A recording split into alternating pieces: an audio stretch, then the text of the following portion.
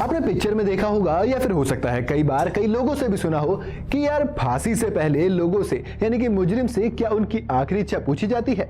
और क्या आपको पता है कि फांसी से पहले जल्लाद उस दोषी यानी कि फांसी दिए जाने वाले इंसान के कान में जाकर कुछ कहता है। क्यों, क्या कहता है? अगर आपको नहीं पता तो बस वीडियो के लास्ट तक बने रहिए, क्योंकि आज आपको असद यही बताएगा। चलिए शुरू करते हैं। दुनिया भर में करीब 1/4 देशों में मौत की सजा दी जाती है। भारत उन 1/4 देशों में से एक है। भारत में मौत की सजा देने के 2 तरीके हैं, जिसमें आम नागरिकों को फांसी पर लटकाकर मृत्युदंड दिया जाता है और सेना में फांसी के अलावा गोली मारकर भी मृत्युदंड दिया जाता है। हम बात करेंगे फांसी की। भारत में 1973 के कोड ऑफ क्रिमिनल प्रोसीजर में फांसी के लिए स्टैंडर्ड शब्दावली है, hang by the neck until death, यानी मौत होने तक गर्दन से लटकाए रखना। और फिर 1983 में सुप्रीम कोर्ट ने निर्देश दिए कि सिर्फ rarest of the rare case में फांसी की सजा दी जाएगी। मतलब सिर्फ उन्हीं मामलों में जो बेहद घिनौने हों, जो अपराध इतने क्रूर हों जिनके लिए कोर्ट को लगे कि फांसी से नीचे की कोई भी सजा कम होगी। उदाहरण के लिए 2012 का निर्भया गैंग रेप और मर्डर केस। और अब 2008 में शबनम मर्डर केस में आरोपी शबनम को फांसी हो सकती है, और अगर उन्हें फांसी होती है तो वो आजाद भारत की पहली महिला होंगी जिन्हें फांसी दी जाएगी। तो आप में से जो भी लोग सरकारी एग्जाम या फिर किसी और चीज की तैयारी कर रहे हैं तो वो ये बात याद कर लीजिए। बहरहाल हम फांसी पर वापस लौटते हैं। भारत में फांसी की सजा की प्रोसेस कई लेयरों वाली है और पेचीदा भी है। जब कोर्ट में फांसी की सजा फाइनल हो जाती है तो जज पेन की निब तोड़ देता है और ये इस बात की निशानी होती है कि अब उस इंसान की जिंदगी खत्म हो गई है। फैसले के बाद इंतजार होता है डेथ वारंट का, और दया याचिका रिजेक्ट होने के बाद ये डेथ वारंट कभी भी आ सकता है। माने 1 हफ्ता, महीना, कई महीने और साल भी लग सकते हैं। अब आप सोच रहे होंगे कि ये दया याचिका क्या होती है।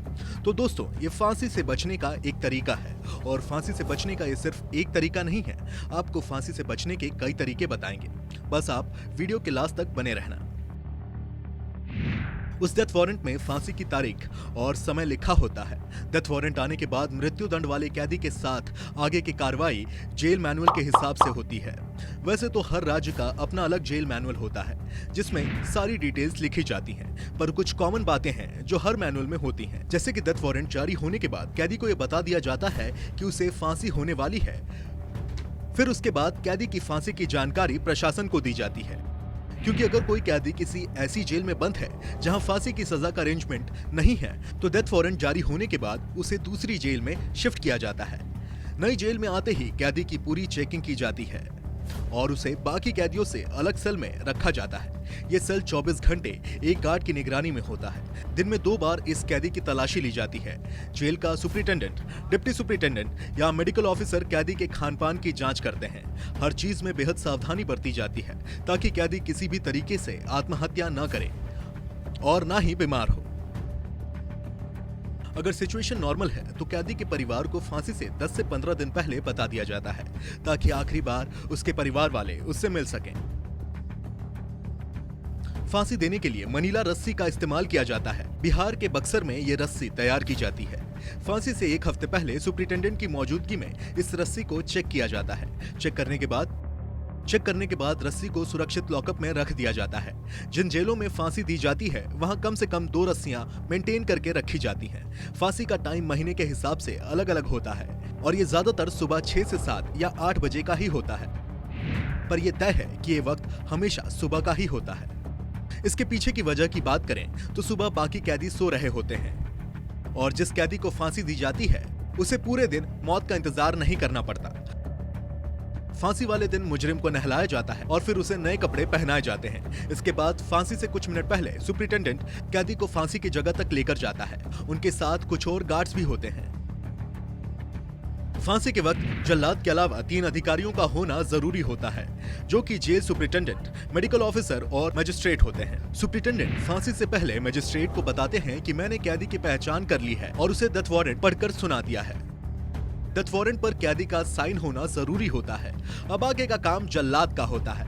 जल्लाद कैदी के मुंह पर कपड़ा डालकर उसके गले में फंदा लगाता है और फांसी से ठीक पहले जल्लाद मुजरिम के पास जाता है और उसके कान में कहता है कि मुझे माफ करना, मैं तो एक सरकारी कर्मचारी हूँ, कानून के हाथों मजबूर हूँ। इसके बाद अगर मुजरिम हिंदू है तो जल्लाद उसे राम राम बोलता है, जबकि मुजरिम अगर मुस्लिम होता है तो उसे आखिरी दफा सलाम करता है और उसके बाद लिवर खींच देता है। अब इससे ये पता चलता है कि किसी से आखिरी इच्छा तो नहीं पूछी जाती और जेल मैनुअल में ऐसा कुछ भी नहीं होता।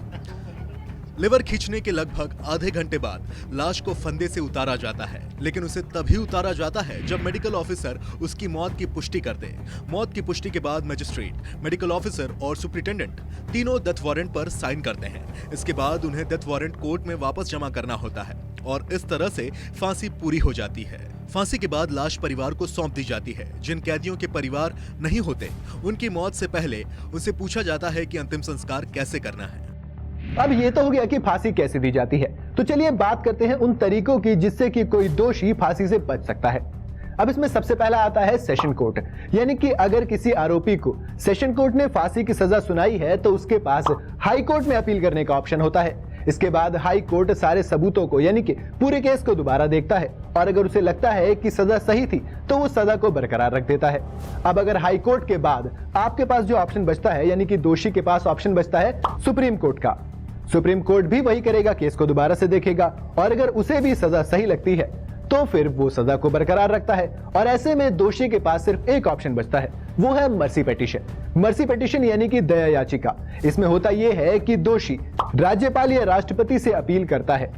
अब यहाँ पर सबसे जरूरी और समझने वाली चीज जो है वो ये है कि राष्ट्रपति के पास माफ करने का अधिकार तो होता है, लेकिन वो अकेले निर्णय नहीं लेता, बल्कि वो गृह मंत्रालय से इन चीजों पर सलाह करता है।